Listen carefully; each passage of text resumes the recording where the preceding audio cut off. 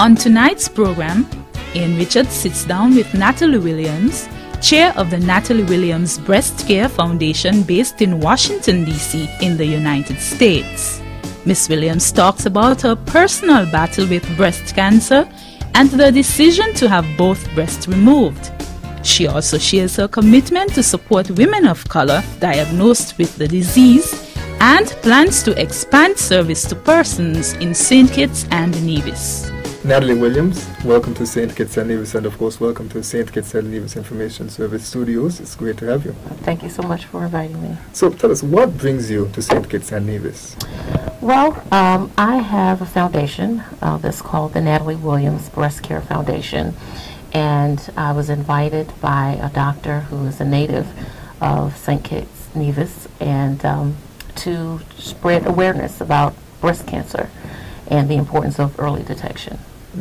So, can you tell us a bit about the doctor and how you met him? Back in home in Washington, D.C., I work as the corporate secretary to the board of directors at United Medical Center. And as part of that role, I have a very close relationship with many of the doctors that are staffed there. And Dr.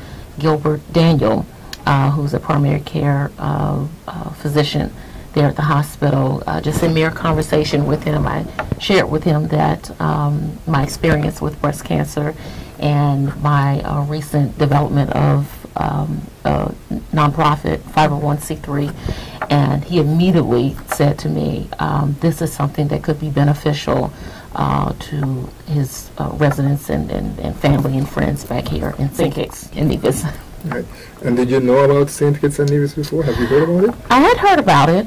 You know, I've traveled quite a bit in my day. I have never been here before, but I've certainly heard that it's one of the most beautiful islands around, and so we're having an opportunity to experience that while we're here.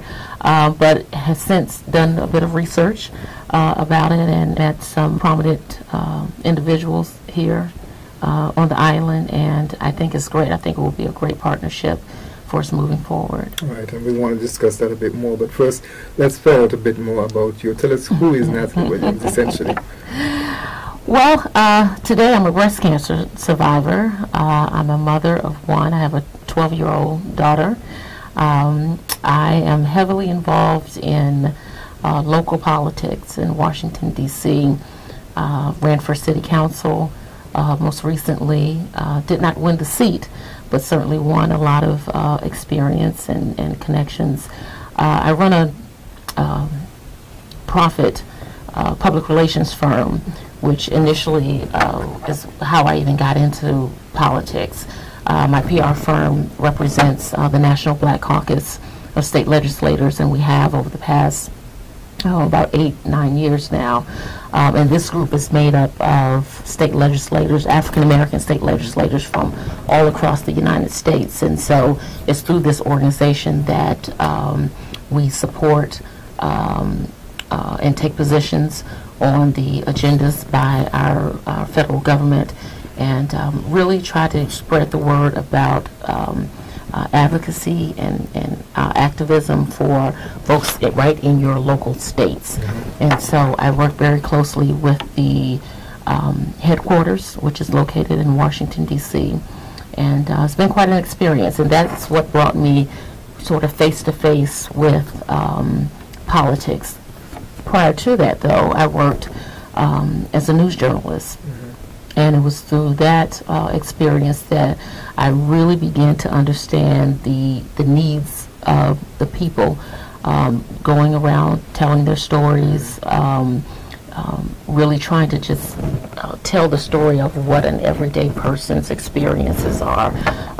And so it was through that, coupled with my experience with the National Black Caucus, which allowed me to force me to take a look at how do we address issues that are affecting the people. And, you know, a lot of times it's through politics, you know, and so I began to work with one candidate here, another administration there, and I soon became the go-to communications expert for elected officials in Washington, D.C. Okay. So you mentioned that you're a breast cancer survivor. Could you do you care to tell us a bit more about the experience when you found out? How old were you? Yeah, I was actually running for office at the time and had scheduled 2 different appointments to get a mammogram done. What year was that?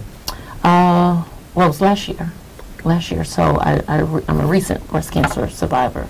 I was a no-show on my first appointment to the doctor, and the second appointment I called to cancel.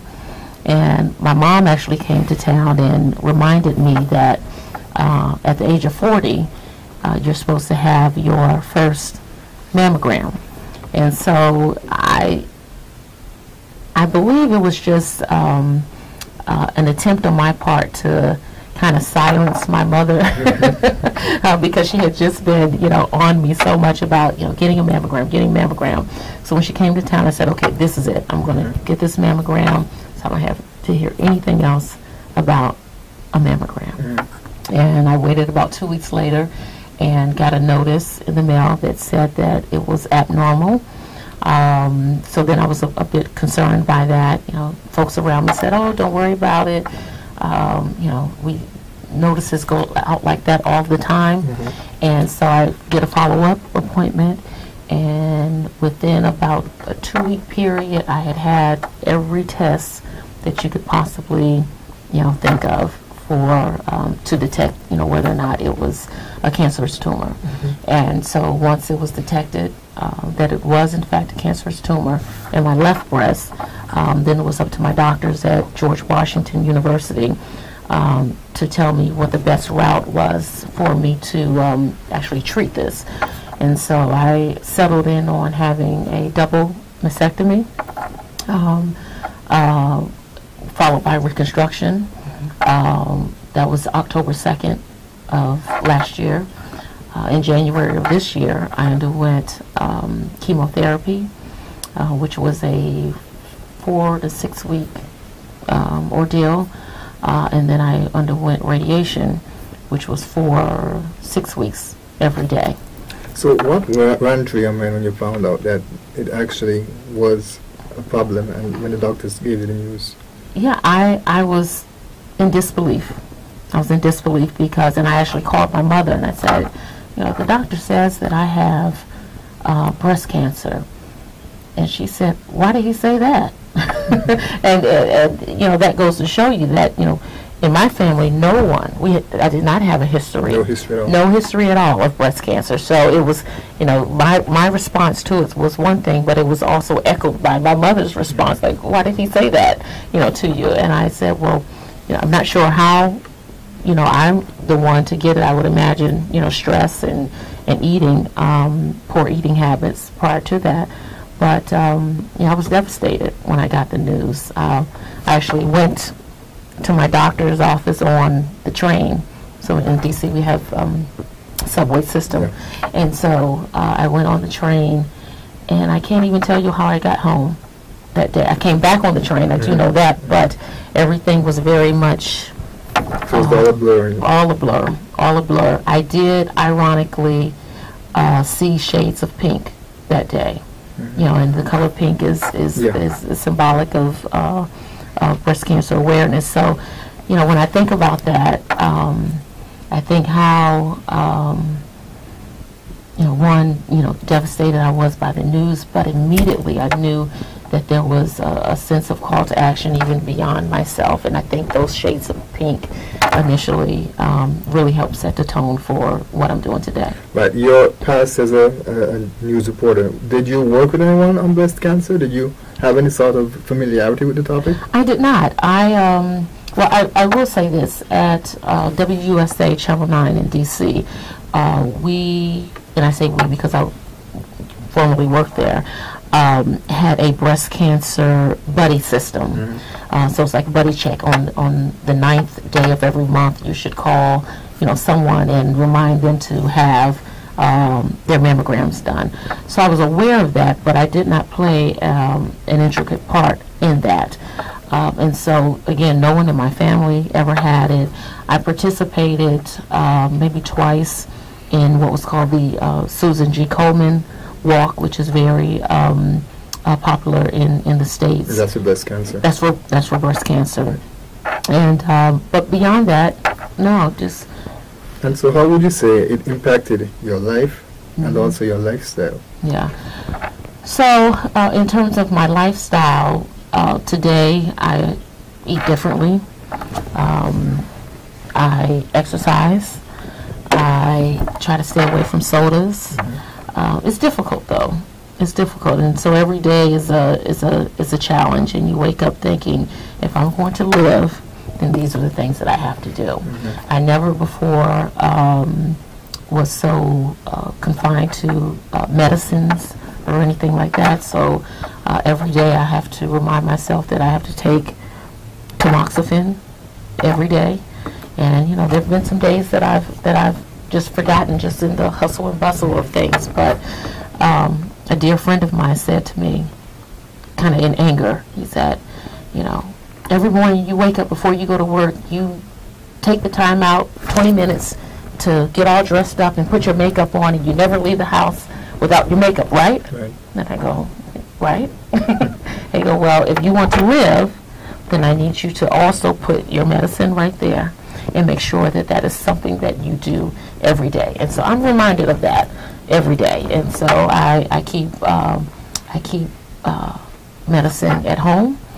And then just if I forget at home, then right beside my desk, I keep another stash of medicine. For the benefit of those who may not be aware, a double mastectomy includes the removal of both breasts. Yes. Was that a difficult decision, being that, women and the emotions associated with it? I struggled with it all of about 5 minutes, to be honest with you.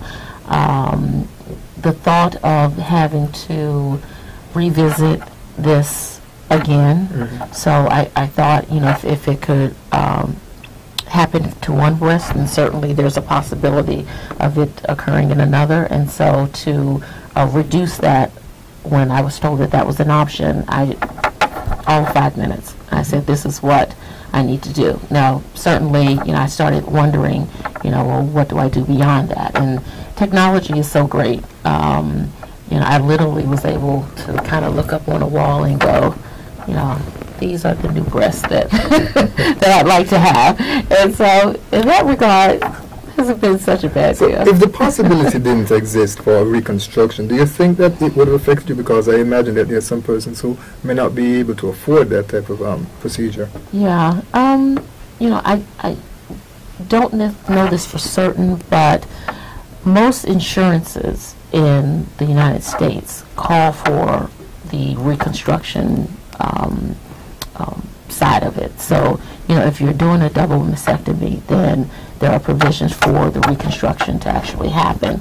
But there was a time, in history that, women with breast cancer, they just, got their breasts removed, and they had to, deal with the cosmetics of that. And I can honestly say I'm certain that that would be something that would have been more traumatic, the thought of not returning to a normal state, but anything to save a life. Yeah. Angelina Jolie, of course, a U.S. film star, well-known UNICEF Goodwill Ambassador as well, too. She also had a double mastectomy, and I think it was more preventative. Yes. Do you think the attention and the type of coverage that the event got, it sort of helped or hurt the issues related to breast cancer awareness? Because there were some persons who suggested that the motives of doing that may not have been as genuine as she was concerned about health. I didn't question her motives, primarily because she spoke of the history of breast cancer in her family. Right. And I think that in the United States, celebrity is such a huge ordeal. When you have celebrities who are taking, actions or, preventive steps, I think it was a good thing. I think for her to step out and say that this is what I'm doing, I don't have it as we speak, but I know the concerns, or the history of my family. I think it raised awareness quite a bit among Caucasian women, African American women, you name it. You referred earlier in terms of your involvement with Dr. Gilbert, in terms of getting involved with St. Kitts and Nevis. So tell us, what exactly have you been involved with while here, and what are the plans to work in St. Kitts and Nevis in terms of the foundation? Well, we're actually in talks now And so the idea is for the Natalie Williams Breast Care Foundation and its doctors. So we're comprised of a team of advisory doctors, as well as a full board of directors. And these doctors, make up folks who do mammograms, ultrasounds, primary care physicians. And so the idea is that we would actually travel with our mammography machine, because in the United States we know that we have state-of-the-art technology, and so there are other parts of different countries and different islands that may not have the same type of access that we have, and so we'll be traveling with this mammography machine. The idea is to be here over a period of 10 days to be able to do a heavy level of promotion about the need for early detection, and really serve as an example of my life, that I was able to discover cancer, and it was stage 2, but it was still considered early detection. And so I just want to spread that message. It's important that my sisters understand that you've got to get tested early. We are a race of people that we are diagnosed at lower rates than Caucasians, but yet we die at greater rates. And when you say we, you're talking about those who are descended from Africans? Africa, that's right, that's right. And so, and why is that? That's because, access to health care, just being simply unaware, uninformed. And so, if my life has been spared, I believe it's my responsibility to help save another life. And so your foundation typically targets the minorities? It targets women of color, specifically, because we don't see that quite often. Most of the efforts and foundations that get national exposure really target Caucasian women. Right. They welcome women of African descent or women of color. However, I believe that the message is not targeted appropriately so that these women would actually see the need to come out. And so I'm going to step in that role there and try to target specifically to women of color. You mentioned that you're hoping to spend about 10 days. And I understand, of course, that it's in initial discussions, but have you had a chance to identify maybe some dates when that will be done? And no, not yet. Okay. We do know that October is Breast Cancer Awareness Month, right. But October is right around the corner, and I certainly don't want to rush this effort. And so, I was just telling Dr. Daniel that, I would like to see us really plan this, and so that it can be effective, so that we can have hundreds of women come out and be tested. And so if that means 2 months beyond the national awareness of breast cancer, I'm fine with that. So initially, what would you like to see happen here? You mentioned that a team of doctors and the mammography machine. So is that what is essentially going to be taking place here? When we return? When we visit, Oh, absolutely. The idea is to come in, again, do a heavy level of promotion so that the island's well aware of what's happening, and for us to have a centrally located facility where folks are familiar with and can actually come out and participate in this, and really, try to do follow-ups beyond that. So, we don't want to just come in and do testing and then leave. We want to be able to say, okay, if you got tested this year, then we'll be back next year, and so this is an annual testing for you. Now, certainly we know that there will be some women who will test positive for it, and we want to be able to embrace them as well and make sure that they get the treatment that they need in other respective areas. So we're providing some sort of support, whether they be it's some link that would have established your online, of course the technology is here. Absolutely. Right, and I know that, you mentioned that you're based in Washington, D.C. I know that the ambassador is very active. Have you had any engagement with the embassy there of St. Kitts and Nevis? Yeah, we introduced the idea to Ambassador Henry Martin, and she embraced it wholeheartedly, hence me being here today. But I think, she saw the need for this partnership, and she saw how it could benefit her family and friends here. And so, we immediately started having those conversations. And when I learned that she would actually be here this week, I immediately said, okay, I'm going to go that week as well. And so she's fully embraced it, and I'm very thankful for that. Right, so moving forward, what would you say your message is for persons, particularly, of course, women, although there are some men who have been impacted by breast cancer as well.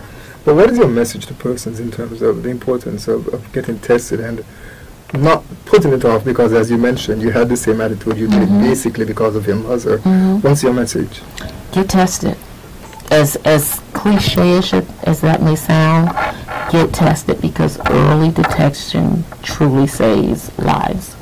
Don't put it off. If you have a history of it in your family, then you need to go as early as age 30. Some doctors would say 30, and certainly don't wait past 35. If you don't have a history, like I didn't have a history, then age 40 was the target age for you to go and have a test. But either which way, you have to get tested. To live and not know is very detrimental to your health. And the slogan for the foundation is? Test, empower, live. Test, empower, live. You must get tested. When you're tested, you're empowered. And when you're empowered, you can live. Absolutely. So we look forward to welcoming you back. And of course, we would like to follow up with you. If there are persons who would like to learn more information about your foundation, how can they do that? www.supportbreastcare.org. Okay. Natalie Williams, chairwoman of the Natalie Williams Breast Care Foundation. It's a pleasure having you. Thank you for joining us. Thank you very much.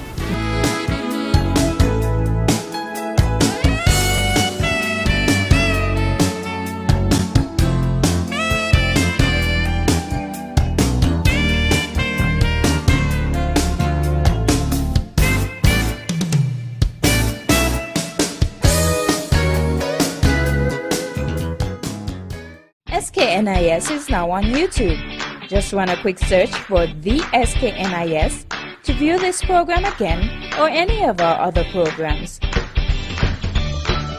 Hit subscribe to be alerted when we upload a new video. You can also connect with us on Facebook. Get started today.